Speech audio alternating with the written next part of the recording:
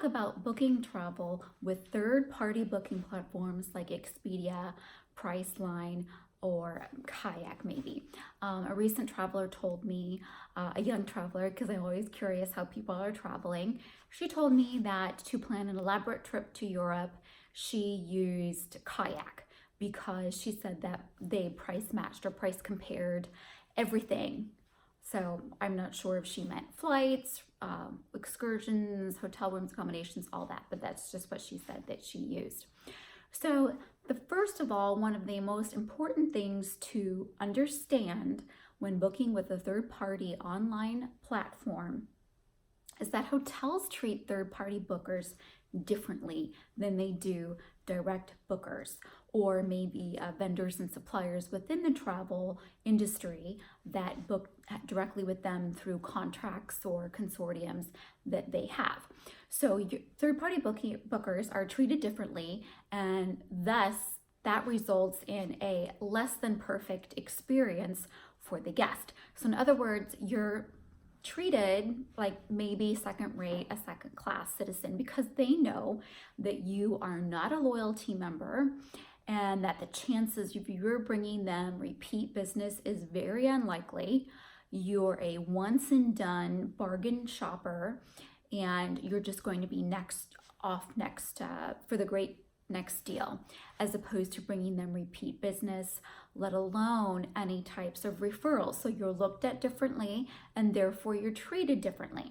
So here's what's going to happen if you're a third-party online booker and you get to a hotel, let's say it's busy season, or they're overbooked, or they don't have your room category available. So first of all, if they don't have a room, if you're overbooked, you're getting walked. And what does getting walked mean? Excuse me.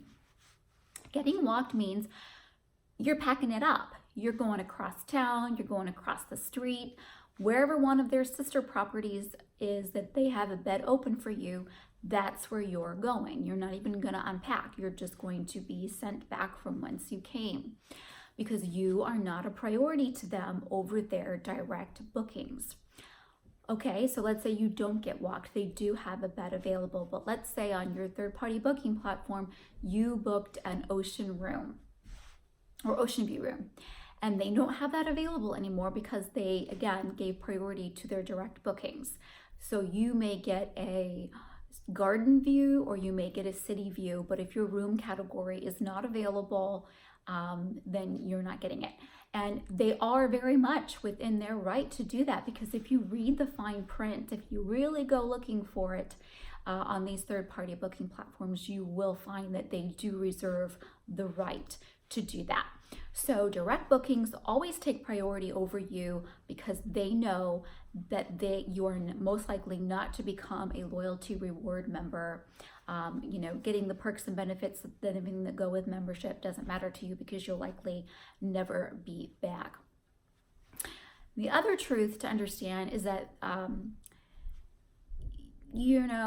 don't take my word for this, first of all. I will try to leave the 1-800 number to SPG so that you can call that 800 number yourself and ask them, and you will find that it is true, and they will validate what I'm telling you. If you don't read the fine print on your third-party booking platforms, then it's a risk. If it's not during busy season, then maybe you're going to be just fine. And some people have always booked with third-party booking platforms because of the ease of use and because of the price. So let's get into that, the argument for price. So one of the major reason, or the major reason, that people use third-party booking platforms is because they say that's where I can get the best price. Understand that hotels are paying third-party booking platforms a fee for their selling their empty rooms for them. So you are using a travel agent, whether you know it or not, and you're just paying one online as opposed to paying someone that you actually know, or a physical person that you can actually interact with human to human, face to face. So you are paying for that service and you are using a travel agent. It's just an online travel agent, and hotels are paying that fee to them as well. And so that's why they prefer direct bookings over these third-party online booking platforms. Your hotels, most of them have a price match guarantee. So if you call the hotel and book direct and say that you found a certain price on Expedia or Kayak or whatever, they're probably going to price match you. And travel agents, a good travel agent, has the ability to be able to do that as well. So if you get a quote that you found cheaper somewhere else, you can always bring it to the hotel or the travel agent's attention, and they can go up to bat for you because that's what you've hired them to do, and get you a price match guarantee. So usually people who use third-party booking platforms are budget travelers. Their mindset is the budget mindset, and that's just fine. Different things work for different people, and people have different budgets and different levels that they are on based on their mentality. So that's the argument for price. You can book it on your third-party booking platform, or you can book direct for the same price, or book with your travel agent for the same price or better. Some travel agents do use third-party booking platforms. Expedia itself has a travel agent platform. They're just for travel agents. And a lot of travel agents use it because they can get an even lower price than what you're saying and then mark it up and make a commission. And those are usually the ones who say that they are a no fee agency. We're free. I have another video on here about that no one works for free. You are paying a travel agent, and that's the way it should be. You're getting personalized service from them. I just myself, and you get what you pay for, I just myself prefer to charge a fee up front so that there are no hidden fees, and my clients get charged on their own personal credit card for everything. So whatever I quoted for them is exactly that or less. I don't like to hide fees. I just believe in openness, honesty, and transparency. Not saying that any other agency, or of course, the third-party booking platforms are doing that too. And they're because everyone's in business to make a profit. But anyways, off of that rabbit trail. So where were we? Oh yes, talking about the price match guarantee. So let's move on from that. Here's the truth, very basic truth about all of these online booking platforms that you see. I've said it before, a new travel agent with little to no experience, someone who just wants to quit their 9 to 5, signs on to the travel industry multiple times a day, and they've never even traveled anywhere. And in some states, and not in the state of California where I live, there are no consumers protection plans that are set in place for that. They just hope that they can learn the industry as they go and ask other people, and it's fake it until you make it. So that's a whole other video where I instruct you, educate and teach consumers how to find a good travel agent. What is one? What are their most basic educational and legal credentials that they should have in order to be selling travel, planning travel for other people? Travel is a very important investment, the most important personal investment that you make in your life, and it should not be left to a novice. So anyways, these third-party booking platforms, apps, travel agents, travel agencies, tour operators open every day. And consumers in 2018 alone lost over $5.7 billion to online travel fraud in general. So the two major players in the game as far as online data are Expedia and Priceline. Expedia and Priceline own all of the online data for no matter what booking platform it is. And you can Google Expedia or Priceline and see all of the subsidiaries and all of the companies that are under them. Like JetSetter is a TripAdvisor company, and I believe TripAdvisor is under Priceline. So it's part of that conglomerate. So it doesn't matter what company logo you have on it, what interface is on it, the online inventory, that data is not new data. It is all recycled and regurgitated from Expedia or Priceline. So hopefully that kind of eliminates all of the endless searching that you're doing, knowing that you can go directly to the source instead of, as the statistics say, Consumers consult 38 different booking platforms before finally deciding on booking. That's a lot of time. And if you have that kind of time to be able to visit 38 different sites before deciding on booking, then that's awesome. I certainly don't. And my clients know that they don't have that kind of time, which is why they come to us. They're a little bit more discerning about their time because they understand that they can make more money, but not more time. So that's where all of the online inventory is coming from. With travel agents, it's different, of course, unless they're using Expedia or third-party booking platforms. And that's a question that you want to ask them, because I'm not going to take a chance with one of my clients that they could get walked.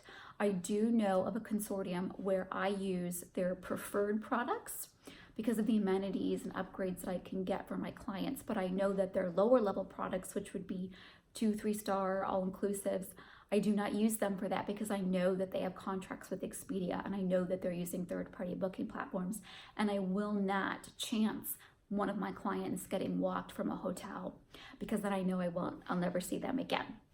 So taking a chance with your vacation and when things go wrong, it's not something that you really want to have to deal with. And like I said, many people use third-party booking platforms and have been just fine, but it's not a matter of if something goes wrong, it's when something goes wrong. And you're going to want to make sure that you have a professional on your side to help you. And are you really sure that you can get that from a third-party booking platform?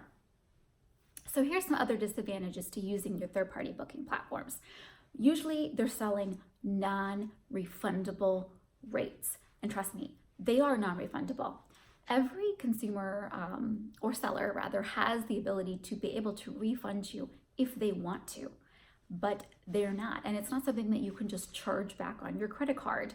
I've had people die and I've called to hotels because they booked a non-refundable rate and I was just helping them out. And the hotel said, no, it is not refundable.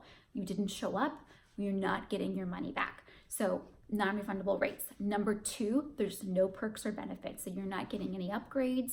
You're not getting maybe a free champagne welcome or a turn down or, just point accrual or extra perks and benefits like the actual loyalty members and reward club people are getting. So no extra perks and benefits. It's just a bare bones, non-refundable kind of deal. If you don't show, you're not getting anything back.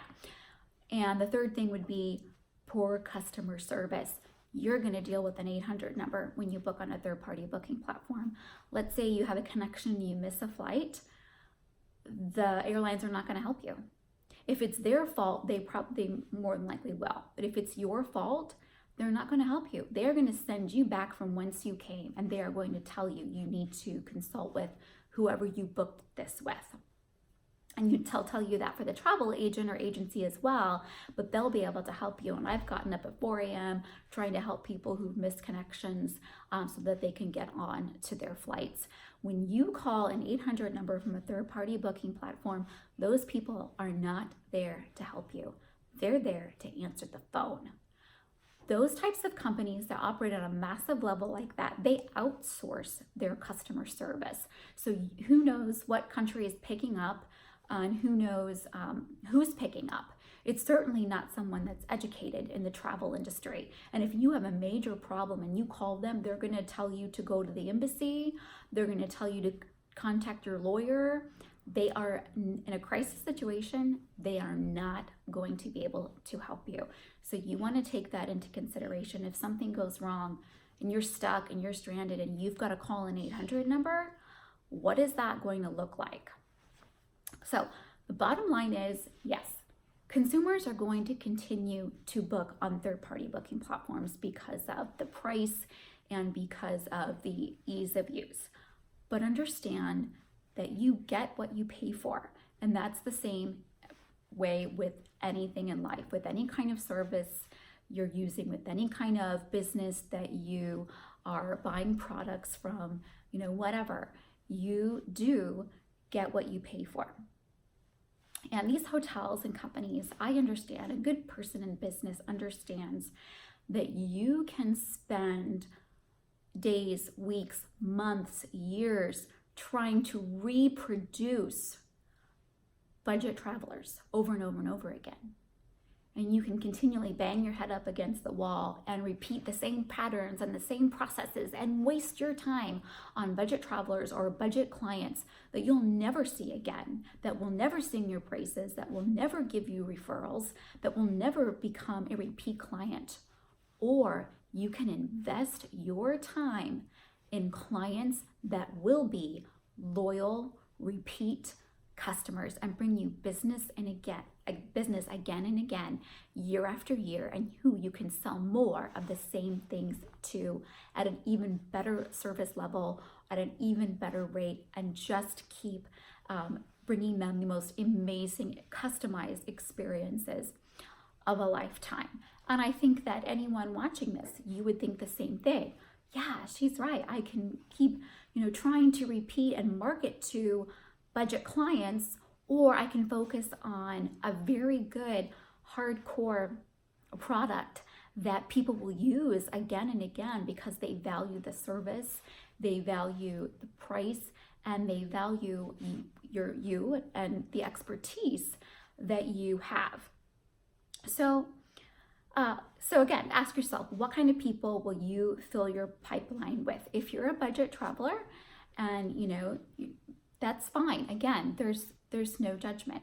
My business travelers, they have a business travel mindset. They're jet setting all over the world or all over the US because they're, representing their company. And most business travelers, they pick an airline that they're loyal to because they want their points, they want their status, they want to be part of the elite because that is their mindset and they want to sit up front. They don't want to arrive at a business meeting exhausted. They know what they represent. They know that they are valuable and their time is valuable. And business class travelers, fly in business class. And it's important to understand that your mindset gets you what it attracts, like attracts like. We've all heard the law of attraction, whatever. And if that's true, if maybe you're a budget traveler, always looking for a good deal, and who isn't? But if that's your main mentality and you're not willing to pay someone for their discernment, their expertise, then you're going to get what you pay for. But don't be surprised if you then try to open up a business with your budget mentality. That's what you're going to attract, is more budget people. And you'll have people who will shop you against the internet. You'll have people who will try to talk you down in price. You'll have people who pretend that they're going to do business with you to see what they can get out of you or to see what you can do for them. And then they're going to go somewhere else. So again, you get what your mindset is, like attracts like, and you also get what you pay for. And also understand that if there's anything in life that you're critical of, you may say, well, I'm a budget traveler because people who are in business class or people who go on these really expensive vacations, they're rich and they probably cheated somebody and they're crooks and, money is just filthy lucre or, whatever. Anything that you're critical of, you cannot have. Anything that you're critical of, you cannot have because of your mentality, your energy, your vibrations. Because of that very thought process, you repel it because you're critical of it. So whatever you're critical of, you cannot have. So check your mindset. At Premier Travel Group, we love to work with discerning clientele who value travel as an investment. If you like this video, please leave us a comment below.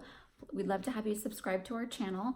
We are going to leave a couple of links below to some articles about booking with third-party booking platforms, etc., and what you can do to make that a better experience. Well, there really isn't anything that you can do, but it's just helping to educate you what the risks are going into it so that you can, maybe you want to work with a third-party booking platform, but there's other things, that you can have set in place as safety nets to make your travel a little bit more of a custom experience. But whatever the case may be, we wish you happy traveling in 2020.